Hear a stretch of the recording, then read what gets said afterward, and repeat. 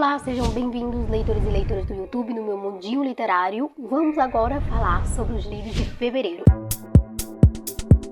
Eu não sei exatamente que dia é hoje que está saindo esse vídeo, mas eu estou gravando no comecinho de fevereiro. É porque eu estou demorando um pouco para editar e postar os vídeos, sabe? Semana passada, por exemplo, nem teve vídeo no canal. Mas aí, acredito eu que não vou demorar muito pra soltar esse, tá? Mas é sobre os livros de fevereiro, né? Então vamos lá falar sobre eles. Eu só li 4, né? Pouquíssimos, estão aqui os 4. Então acho que esse vídeo não vai ser tão longo quanto o último foi. Então vamos lá começar. Eu não vou falar sobre cada um na ordem que eu li, tá? Vai ser numa ordem aleatória, como quase sempre eu faço. Então eu vou falar primeiro com vocês sobre os 27 Crushes de Molly, de Becky Albertalli. Esse livro aqui, ele é um romance bem jovem, né? Um romance adolescente. Ele é narrado em primeira pessoa e, obviamente, como já se dá pra ver pelo título, a gente vai conhecer a vida da Molly, que é essa adolescente de 17 anos, que tem muita dificuldade em dizer o que sente, né, pelos carinhas que ela gosta. Então, até o comecinho desse livro, a gente vai ver que ela já teve 26 crushes, né, 26 carinhas ali que ela gostou, mas que nunca nem conversou com eles, nunca falou, né? Nunca confessou os seus sentimentos por esses meninos. Também nunca beijou. Com seus 17 anos, ela nunca deu um beijo nenhuma vez na vida. E também ela tem bastante complexo, né? Com o peso dela, porque ela é mais gordinha. E ela tem uma irmã gêmea, que não tem nada a ver com ela. Não se parece muito, sabe? Tem um nome, né? Eu esqueci, acho que eu não anotei aqui. Mas tem um nome pra quando os irmãos são gêmeos, mas não se parecem. Não se parecem em nada, sabe? E, claro, a irmã dela é o completo oposto. Completo oposto em tudo da Molly, sabe? Não só o peso, né? Não só por ela ser mais magrinha, ter um corpo muito mais bonito e tal, como a Molly deixa bem claro aqui no livro. Ela mesma que fala isso, tá? Como também na personalidade. A irmã dela é bem mais namoradeira. E, na verdade, ela é lésbica, né? Nunca teve namorada, parece, sério. Mas já teve algumas picantes aí. Fora isso, ela é bem mais extrovertida. Ela tem mais facilidade em fazer amizades. Bem o contrário da Molly, né? E a Molly, ela se sente um pouco mal com isso, sabe? Apesar de amar muito a irmã, claro. Ela se sente um pouco mal, né? Em saber que a irmã dela é tudo isso e ela se acha tão pouco. Isso é uma coisa que a gente vai ver muito aqui no livro, né? Fica até um pouquinho repetitivo, o tanto que ela se coloca pra baixo, sabe? O tanto que ela diz que nunca vai conseguir fazer com que um menino se apaixone por ela, sabe? Que nunca será possível algum menino se apaixonar por ela. Mas ao mesmo tempo eu me identifiquei muito com essa personagem, sabe? Nunca pensei que fosse me identificar tanto com uma personagem adolescente, eu com meus 25 anos de idade. Mas olha só, me identifiquei bastante. Eu tava sempre atualizando lá no Instagram e lá no Scooby. Então, quem me acompanhou por lá viu, né, tudo que eu falava sobre essa personagem. Por isso, essas inseguranças constantes dela, sabe, não me fez desistir da história, não me fez desgostar do livro, nada disso. Eu acho que eu só não gostei mais por conta da escrita, eu acho. Eu achei a escrita um pouquinho boba, assim, muito adolescente. Vocês sabem, né? Tem aqueles livros que tem uma escrita realmente muito jovem. Mas enfim, falando um pouquinho mais sobre a irmã da Molly, que é a Cassie, eu achei ela bastante chata, sabe? Eu achei que ela agia feito um idiota muitas partes da história aqui no começo. Depois ela começou a melhorar um pouquinho, sabe? E não fiquei com tanta raiva dela. Mas no começo, nossa, eu tava com muita raiva. Ela falava muita besteira, sabe? Falava muita besteira. E acho que conseguia colocar a Molly mais pra baixo do que animar ela, como ela queria, sabe? Desde o começo ela quer arrumar um namorado pra Molly. Ela chama ela pra ir pra festas, pra sair um pouco. E até que eles conhecem 3 adolescentes, uma menina e 2 meninos. E a Cassie imediatamente se sente atraída pela menina do grupinho. E a Molly acha os outros 2 meninos muito bonitos e tal. E tem um até que parece estar sempre flertando com ela. Mas ainda não vai ser aí que a Molly vai conseguir encontrar o cara certo pra ela. Mas aí acontece que a Molly vai acabar arranjando um emprego só no período de verão ali, enquanto ela tá de férias na escola, se eu não me engano. Eu não sei se é de meio período. Eu acho que é, em uma loja de umas pessoas conhecidas mesmo. E aí, lá, ela vai conhecer mais a fundo o carinha que também trabalha lá, que é o Reid. Eu não sei como é que se pronuncia, gente. Não sei se é Reid ou é Reid, não sei direito, mas é isso aí. Ela vai conhecer esse rapaz, que na verdade é o filho dos donos daquela loja, e conforme eles vão conversando no dia a dia do trabalho, eles vão descobrindo que tem muitas coisas em comum. Eu achei muito fofas as cenas entre a Molly e o Reid, sabe? E eu já comecei a shippar de cara, assim, na hora que ele apareceu ali naquela loja, né, que eu soube que tinha ali aquele rapaz. Ela descreve ele no começo, né, e a gente vê que, nossa, Que cara. E também ele é muito legal, sabe? Ele consegue ser mais legal com a Molly do que qualquer outra pessoa já foi com ela, até do que a própria Cassie, a própria irmã dela. Bom, mas fora isso também tem outra coisa importante, um ponto importantíssimo aqui na história, que é a relação entre a Cassie e a Molly, que vai acabar ficando um pouco, vai se afetar um pouco por causa do namoro da Cassie com essa menina do grupo. Eu acho que a Molly, ela vai se sentir meio que excluída depois que a Cassie começa a namorar. Elas vão ficando um pouco distantes uma da outra, sabe? Depois que isso acontece. Só um pouco. Mas ainda assim elas conversam bastante, né? Aqui durante todo o livro.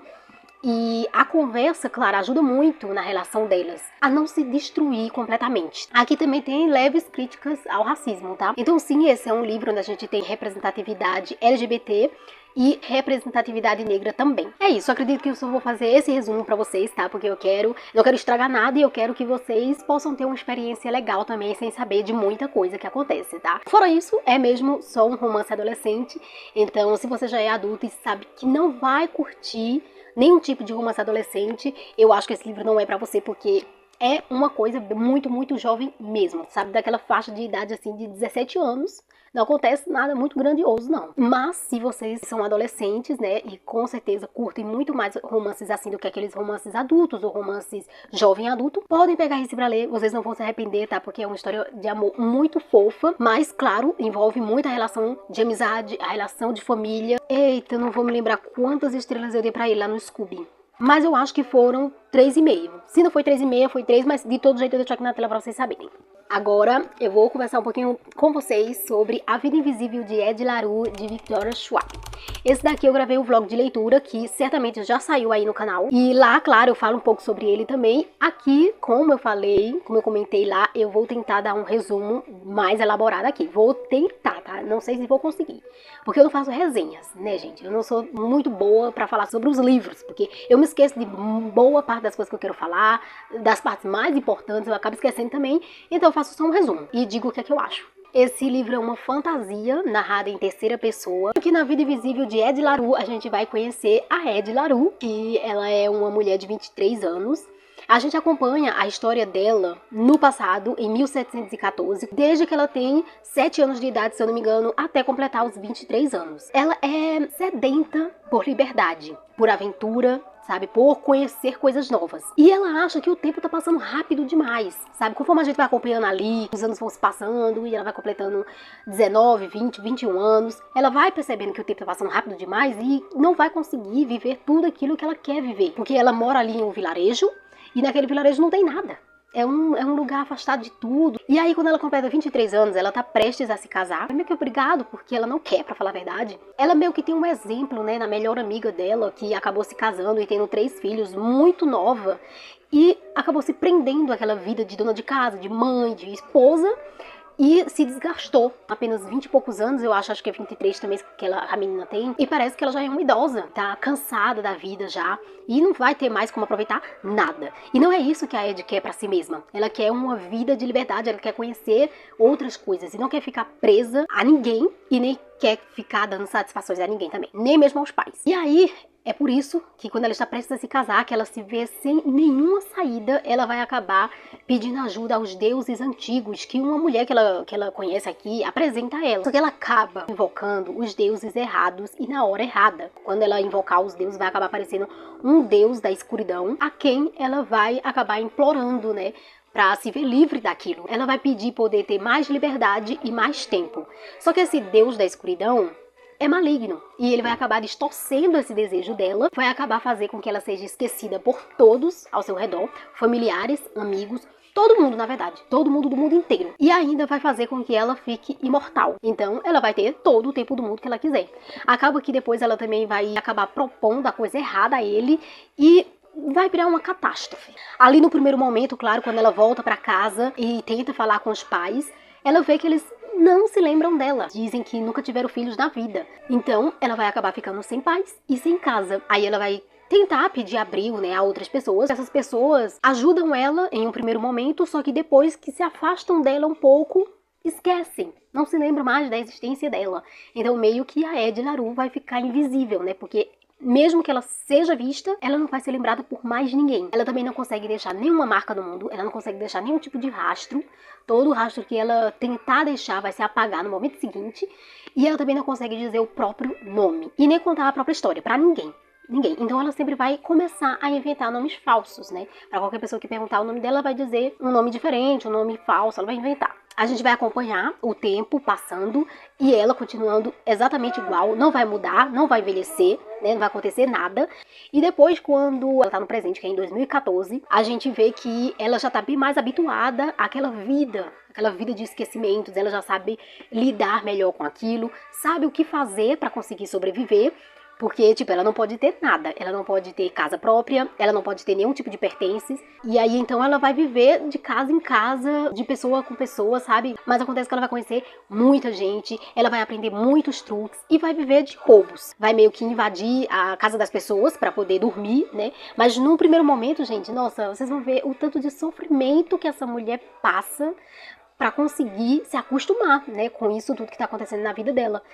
Porque no começo ela vai estar muito confusa, ela vai estar totalmente perdida, ela vai estar sozinha e sem saber o que fazer. Porque até esse ser da escuridão, né, vai embora, não vai ficar com ela o tempo inteiro. Só de ano em ano é que ele aparece para conversar com ela. E nesse presente, ela também vai conhecer uma pessoa que vai ser diferente de todas as outras que ela já conheceu, de todas as outras que já viram ela. É o Henry. Só que aí não vou dizer pra vocês o que é que acontece depois que ela conhece esse rapaz. Se você começar a ler o livro sem ler a sinopse, você também não vai saber do que eu tô falando. E a sua experiência, eu tenho certeza, vai ser ainda mais magnífica, vai ser mais chocante. Mas se você ler a sinopse, então você vai saber o que acontece e meio que vai estragar um pouco a surpresa. Porque eu acho que, assim, eu li a sinopse e eu me arrependi, não era pra ter lido. Porque eu acho que a surpresa ia ser muito mais agradável. Então a gente vai ver que a Ed, ela vai passar 300 anos na Terra, vivendo aqui na Terra, né? E vai viver 1001 coisas, vai sentir 1001 sensações, vai pensar muitas vezes em desistir, e a gente vai ver o tanto da força dessa mulher, sabe? Por ela não ter desistido. Porque se fosse eu já tinha desistido faz tempo, né? Porque pelo tudo que ela teve que passar, todas as humilhações, todo o sofrimento que ela teve que passar, antes de conseguir aprender a lidar melhor com tudo isso, com certeza já era para ter desistido há muito, muito tempo e ter se rendido ao ser da escuridão com quem ela fez o pacto, né? Só que ela não se rende de forma alguma. Se ela se render, óbvio, ela vai ter a alma levada por esse ser, tá? Porque ela fez um pacto e vendeu a própria alma. Com tudo isso, óbvio, nem preciso dizer, né, que esse livro é 100% melancólico, sabe? Tem muitas partes em que a gente sente toda a melancolia da história, a melancolia do momento, sabe, que tá acontecendo. Até mesmo depois que a gente conhece o Henry. Como eu disse, ele vai ser muito importante pra história, vai ser muito diferente também, assim como a Ed. E depois que ele aparece, depois que ele surge na vida da Ed, é mais 1001 sensações que ela vai sentir e a gente também, enquanto leitor. Que coisa deliciosa é ler esse livro. E o mais interessante é a gente ver o amadurecimento dessa personagem, o amadurecimento dessa mulher, sabe?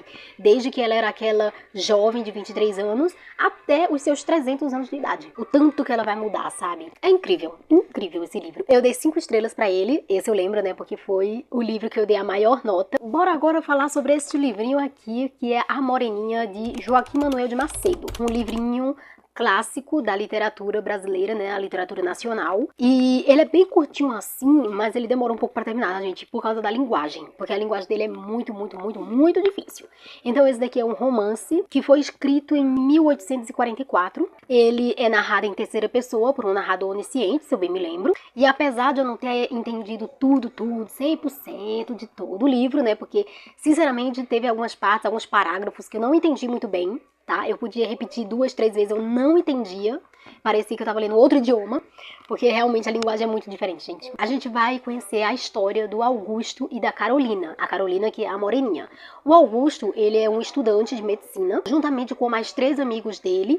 E aí, no momento de férias, o Felipe, que é um dos melhores amigos do Augusto, vai acabar chamando todos eles para irem passar as férias. As férias, ou é uma semana, um final de semana, ou coisa assim, na casa da avó dele, que fica em uma ilha. E o Augusto, ele é muito namorador, sabe? Ele namora sempre com várias meninas e, tipo, é por momento. né? Então ele fica com algumas moças por momento, depois deixa uma, fica com outra, enfim, é assim que ele define o amor, a paixão. E aí, um pouquinho antes deles irem para casa da avó do Felipe, o Felipe acaba fazendo uma aposta com o Augusto de que ele vai acabar se apaixonando por uma das primas do Felipe, ou uma das primas, ou a própria irmã dele. Claro que o Augusto aposta sem pensar duas vezes, porque pra ele não tem esse negócio de se apaixonar por uma menina só, né? Como eu disse, ele se apaixona por várias ao mesmo tempo, por isso o Felipe decide fazer essa aposta com ele. E aí, eles vão, né, tanto o Augusto como os 3 amigos dele vão pra essa ilha, conhecem a dona da ilha, que é a dona Ana, uma mulher muito, muito sábia, e vão conhecer todas as primas do Felipe, que eu acho que são umas 4, se eu não me engano, ou são 3, e a irmã dele, que é justamente a Carolina, a moreninha. E ela, na verdade, só tem 15 anos de idade, muito travessa, muito espirituosa, gosta muito mesmo de fazer travessuras. E assim que o Augusto coloca os olhos na Carolina pela primeira vez, ele não vai gostar dela, vai considerá-la feia e muito moleca mesmo, e vai se interessar muito mais pelas primas do Felipe, que são um pouco mais maduras, vamos dizer assim, né? Maduras entre aspas. Mas conforme o tempo vai passando, conforme ele vai conhecendo melhor a Carolina, vai mudando completamente de opinião em relação a ela, em relação à pessoa dela, sabe? Toda a personalidade dela espirituosa e tão sorridente, tão alegre, é justamente isso que vai fazer o Augusto mudar de ideia. E aí também, logo no começo, acontece uma conversa bem importante entre o Augusto e a dona Ana, que é a avó da Carolina, a avó do Felipe. E essa conversa vai mostrar um pouco da infância do Augusto, sabe? Uma coisa que aconteceu lá e que ele acabou conhecendo uma menina por quem ele acabou se encantando completamente e nunca mais esqueceu. Ele tem assim em mente que nunca mais vai reencontrar essa menina, mas também ao mesmo tempo continua apaixonado por ela, ama ela e não quer se apegar a nenhuma outra menina. Aí ele fica com esse negócio de ficar com várias ao mesmo tempo. Eu não sei se isso faz muito sentido, né? Na minha opinião não faz, mas tudo bem. Bom, e aí essa conversa, como eu disse, é muito importante e é muito interessante também a forma que se desenrola, sabe? Mas enfim, falando um pouquinho sobre os pontos negativos desse livro aqui, as falas, é porque é nessa edição, né, gente? Veja só, uma edição bem antiga, porque eu sei que existem várias edições dessa e tem algumas mais modernas, mas essa aqui que é bem mais antiga, é bem ruim de se ler, sabe? Porque as falas, tem travessões no começo da fala, mas não tem travessões no finalzinho, pra quando vai narrar outra parte da história. Então eu fico muito confusa, eu acabo misturando as conversas com a narração da história, sabe? Não sei se vocês conseguem entender, mas eu vou ver se eu consigo deixar um exemplo aqui na tela pra vocês verem como eu tô falando. É muito difícil, gente. Além da linguagem ser difícil de entender, ainda a escrita é feita dessa forma, sabe? Sem o travessão dividindo a fala da narração. Então, fiquei bem perdida. Mas aí, fora isso, né, fora esses detalhes da linguagem, da forma que foi escrita, da forma que é essa edição, a história ela é bem interessante. Eu não vou contar pra vocês, claro, né, sobre o que se dá essa história da aposta, o que é que vai acontecer, se o Augusto vai realmente se apaixonar perdidamente, se ele vai perder a aposta ou se ele vai acabar ganhando a aposta de alguma forma. Não vou contar nada pra vocês, tá? Fiz esse pequeno resumo, espero que vocês tenham se interessado pela história de Augusto e da Carolina, que inclusive depois de um tempo, né, vão se aproximando ainda mais, vão conversando ainda mais, vão se encantando por coisas interessantes que um e o outro têm. E é muito, muito legal de acompanhar, então espero que vocês também tenham se interessado. Pra esse livro eu acho que eu dei 3 ou 3 estrelas e meia também, tá? Como eu sempre digo, não é uma nota nem tão boa e nem tão ruim. Mas então é isso, gente. Eu não sei muito mais o que falar, tá? Eu não entendo muito sobre essas obras da língua portuguesa, mas é basicamente isso aí que eu disse pra vocês. Então agora vamos para o quarto e último livro, que na verdade o vídeo já ficou longuíssimo, né? Aposto que eu já falei muito sobre aqueles outros, por mais que eu tente resumir ao máximo, às vezes não tem como. A gente vai falar sobre Ladrões de Alma, de Meg Stiefvater, sei lá como se diz, que é o segundo livro da saga dos Corvos. O primeiro é Os Garotos Corvos, que eu já falei aqui no canal pra vocês, eu vou tentar já nos cards se eu me lembrar. Esse daqui é uma fantasia narrada em terceira pessoa e, claro, vai ser exatamente a continuação do primeiro livro, com os mesmos personagens, só que eu acho que isso vai estar mostrando um ponto de vista de um personagem que naquele outro não mostrou tanto assim, sabe? A gente conhece ele, que é o Ronan, que é um dos amigos dos personagens principais, mas eu acho que naquele livro não mostrou tanto assim o ponto de vista dele. Aqui vai mostrar muito mais, é como se essa história aqui fosse muito mais sobre ele, tá? Mas a gente ainda tem os mesmos personagens principais, que é a Blue e o Gensi, só que ao mesmo tempo a Blue acaba se envolvendo com outro dos amigos do Gensi, não é bem com o Gensi. Ela acaba se envolvendo com o Adam. E assim que começou esse livro eu vi que eles estavam namorando, se eu não me engano. Só que eu não me lembrava mais nada do primeiro livro, né? Então eu confesso pra vocês que quando eu comecei a ler esse livro aqui, eu já estava 100% perdida. Tinha esquecido da maioria dos personagens, tinha esquecido o que tinha acontecido no final daquele primeiro livro. Então foi muito, muito, muito difícil me reconectar com a história, sabe? Então demorou um pouco pra esse livro me prender. Eu acho que se vocês quiserem ler essa série, né, essa saga dos Corvos, eu acredito que seria bom se vocês lessem eles praticamente seguido um do outro, porque como é a mesma história, é uma continuação perfeita, vocês vão ficar muito perdidos como eu fiquei, então eu vou ver se eu não demoro tanto pra pegar o terceiro. E aqui, essa questão da Blue não se envolver com o personagem principal e acabar se envolvendo com um dos amigos dele, tem toda uma explicação, tá? Que faz muito mais sentido no primeiro livro. Mas aqui eu vou fazer um resumo pra vocês, né? No caso, a Blue, ela não pode beijar o seu verdadeiro amor, porque se ela fizer isso, ela vai matá-lo, o rapaz vai morrer. Então ela tem esse negócio, né, de que ela não pode beijar nenhum menino. Isso ela ouviu a vida inteira de todas as mulheres da família dela, que são todas médiums, menos a Blue. Ela é a única mulher da família que não é médium. Mas, ao mesmo tempo, ela tem um poder que faz com que as outras médiums consigam ter mais precisão nas suas leituras, vamos dizer assim, se a Blue estiver por perto. E aí, como ela sabe que se ela beijar, né, o rapaz que possa ser o verdadeiro amor dela, que ela não tem como saber, mas ela tem medo de beijar qualquer rapaz e acabar matando ele. Então, ela já se sente muito atraída pelo Gensi. E aí, ela coloca na cabeça que, muito possivelmente, o Gensi pode ser o verdadeiro amor dela. Então, ela nem sonha em beijar ele, nem sonha em se envolver com ele, né? Por isso que ela acaba se envolvendo com um dos amigos dele. Mas isso é melhor explicado no primeiro. Eu não tô sabendo explicar pra vocês direito aqui, mas é mais ou menos isso. O Gensi é um rapaz muito de bem com a vida e ele tem um sonho de encontrar o espírito, não o corpo, eu acho que é um corpo, se eu não me engano, de um rei que tá adormecido há milhares de anos atrás.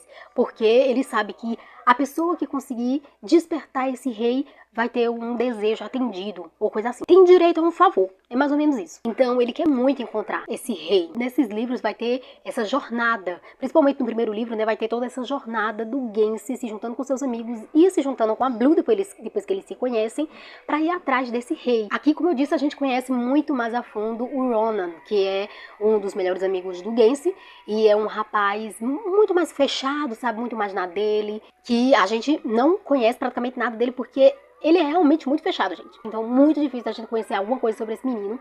Mas a gente vai descobrir aqui nesse livro que ele guarda muitos segredos mesmo. E entre um desses segredos que a gente vai descobrir aqui é que ele tira objetos de sonhos. Porque se a gente já sabia disso no primeiro livro, eu não lembro. Mas aqui a gente vai saber que ele tira objetos de sonhos. Por exemplo, ele tá sonhando e se ele desejar pegar alguma coisa, pegar, por exemplo, uma chave, ele vai conseguir trazer para a realidade. Assim que ele acordar, a chave vai estar na mão dele. Isso é uma coisa que ele não tem controle, sabe? É um processo muito complicado, um pouco doloroso e muito, muito estranho. Mas mesmo assim ele consegue fazer isso até, né, inconscientemente. Enfim, então aí o que a gente vai acompanhar nesse livro é justamente a história de como ele vai fazer para descobrir como controlar esse negócio de que ele pega objetos de sonhos.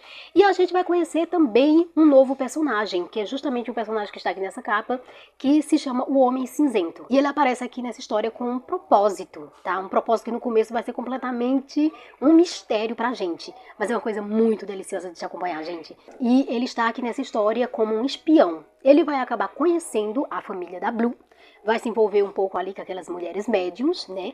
Para tentar tirar proveito delas e tentar encontrar o que ele veio procurar aqui. Então toda essa história que envolve o Homem Cinzento e que envolve o Ronan, que tem muita relação, tá? Essas duas histórias estão bem interligadas, é tudo deliciosamente bom de se acompanhar.